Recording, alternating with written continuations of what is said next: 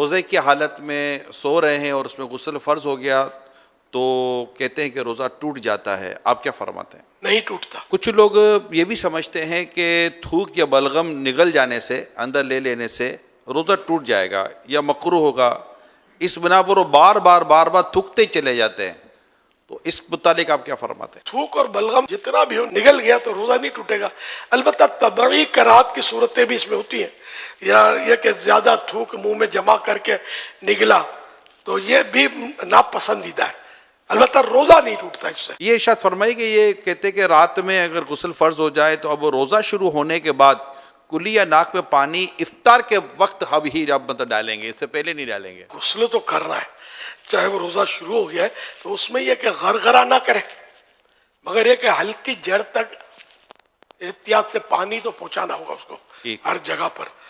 اور ناک میں بھی پانی تھوڑی احتیاط سے چڑھانا ہے کہ دماغ میں نہ چڑھ جائے. اگر دماغ میں پانی چڑھ گیا تو روزہ ٹوٹ جاتا ہے، جبکہ روزہ یاد ہو. اور یہ وضو میں بھی احتیاطیں کرنی ہے. کیا الٹی آنے سے روزہ ٹوٹ جاتا ہے، وامٹنگ؟ الٹی خود بخود کتنی ہی آئے، چاہے بالٹی بھر جائے، روزہ نہیں ٹوٹتا.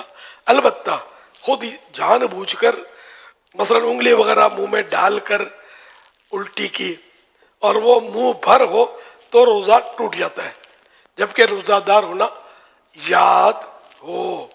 اچھا، منہ بھر کے معنی یہ ہوتے ہیں کہ جیسے اس کو تکلف کے بغیر روک نہ سکے. یوں کر کے روکا تو یہ تکلف ہو نا، اور رک گئی، ورنہ یہ پھاٹک کھلا رہتا تو در کر کے جا رہی تھی.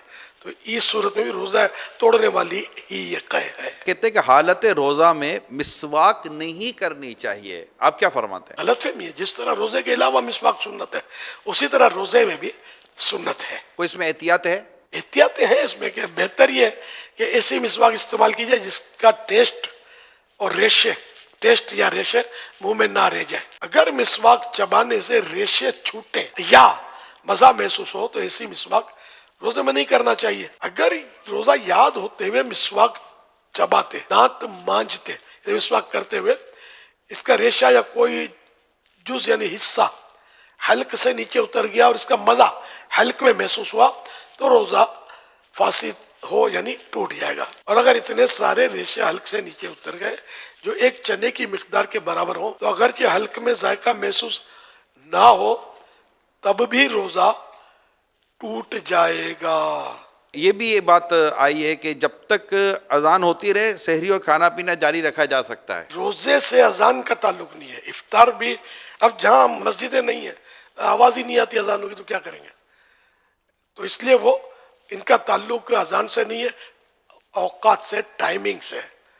تو سحری لوگ کرتے ہیں کہ ادھر کی اذان کی آواز آ رہی ہے، ادھر کی اذان کی آواز ابھی نہیں آئی، تو یہ علم کی کمی کی وجہ سے ایسا کرتے ہیں. ایسا کچھ نہیں ہے.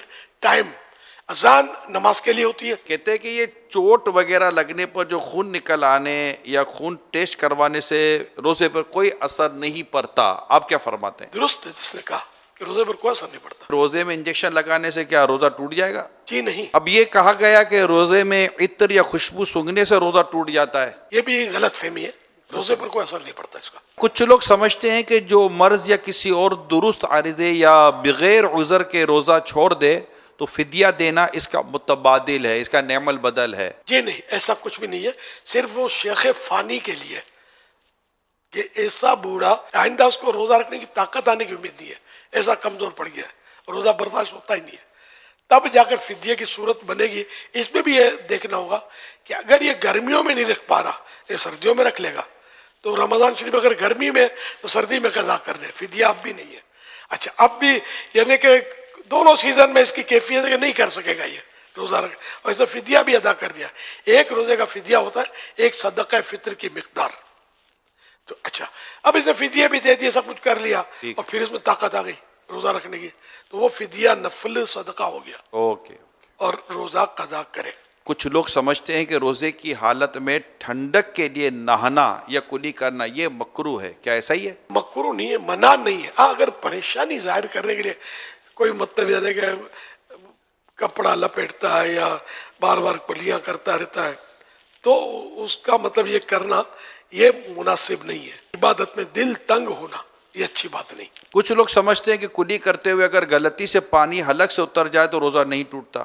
اگر کلی کرتے ہوئے روزہ یاد ہے اور پانی حلق سے نیچے اتر گیا تو روزہ ٹوٹ جائے گا، اور اگر روزہ یاد نہیں ہے تو چاہے جان بوجھ کر پانی اتار دیا حلق سے نیچے تب بھی روزہ نہیں ٹوٹے گا۔ یہ بات بھی ہے کہ جو خواتین پریگننٹ ہوتی ہیں، حاملہ ہوتی ہیں، یا دودھ پلانا ان کو ہوتا ہے تو ان پر روزہ فرض نہیں ہے۔ ان دونوں صورتوں میں تو ایسا نہیں ہے کہ روزہ فرض نہ ہو، البتہ بچے کی جان کا یا بچے کی ماں کا یعنی کہ جان کا خطرہ ہے یا کوئی سا مرض ہو سکتا ہے کہ جو علاج مشکل ہو جائے گا، سخت مرض جس کو بولتے ہیں، اس طرح کی کوئی عذر ہو تب جا کر روزہ بعد میں قضا کرنے کی اجازت ملے گی۔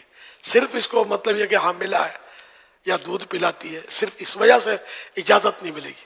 دودھ میں بھی یہی ہے کہ مطلب اگر وہ دودھ پلائے گی تو وہی جانوں کے خطرے ہیں، اتنی کمزور پڑ جائے گی کہ دم توڑ دے گی، یا بچے کو دودھ نہیں پلائے گی بچہ فوت ہو جائے گا، تب جا کر روزہ چھوڑنے کی اجازت ہے، اور بعد میں قضا پھر بھی فرض ہے۔ اگر خون کی کمی ہے تو ویکنیس ہے، اس کی وجہ سے ویکنیس ہے، تب کیا روزے میں کوئی رعایت ہے؟ اس طرح کے جو بھی امراض ہیں تو اس میں یا تو اپنا تجربہ ہے کہ مرض بڑھ جاتا ہے، یا یہ کہ جان کے لالے پڑ جاتے ہیں، خطرہ کہ جان چلی جائے گی یا عقل چلی جائے گی وغیرہ، ایک تو اپنا تجربہ ہے تو روزہ قضا کرنے کی اجازت ملے گی، یا کوئی خوف خدا والا ڈاکٹر، بعض ڈاکٹر بات میں کہتے ہیں روزہ مت رکھو، لیکن کوئی خوف خدا والا، اللہ اور رسول کی باتوں کو سمجھنے والا، ڈرنے والا، وہ اگر مشورہ دیتا ہے تو پھر اس کے مشورے پر وہ روزہ نہ رکھے اور بعد میں قضا کر لے۔